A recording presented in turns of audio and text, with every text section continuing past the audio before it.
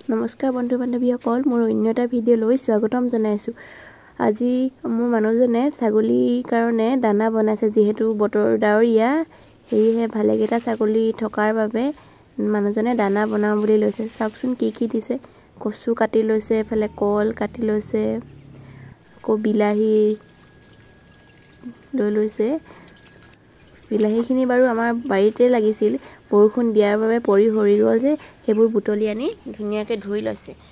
এয়া তাৰপিছত কল দিছে, কচু দিছে, দেখিছেনে, কল পচলাও দি দিছে। এনেদৰে সকলোবোৰ ধুনীয়াকৈ ধুই মেলি চৰুটো দি দিছে। লগত আলু দি দিছে বাৰু। এয়া এতিয়া পানী ঢালি দিছে। চাওকচোন, কম খৰচতে আমি ঘৰতে এনেদৰে ছাগলী দানা প্ৰস্তুত কৰি লওঁ। এয়া নিমখ দিছে। তেনেদৰে ছাগলীবোৰ কিন্তু ধুনীয়াকৈ খায় দেই। এনেদৰে নিমখ দি জুইত ধুনীয়াকৈ সিজাই মিহলি কৰি দিছে। তাৰপৰা ছাগলীয়ে ধুনীয়াকৈ খায়।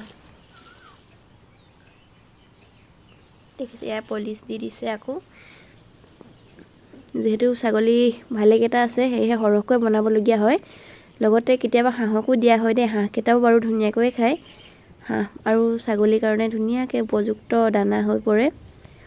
কম খৰচতে তৈয়াৰ কৰিব পাৰি। আপোনালোকেও ট্ৰাই কৰি চাব পাৰিব বাৰু। পলিচ দিছে, পলিচ দি এতিয়া ধুনীয়াকৈ আকৌ মিক্স কৰি দিব।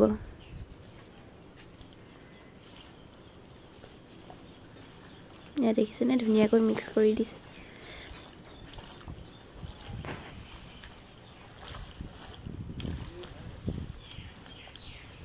যিহেতু বতৰ ডাৱৰীয়া, সেয়েহে এনেদৰে প্ৰস্তুত কৰি দিছে। আপোনালোকে বাৰু কেনেকৈ দিয়ে ক'বচোন।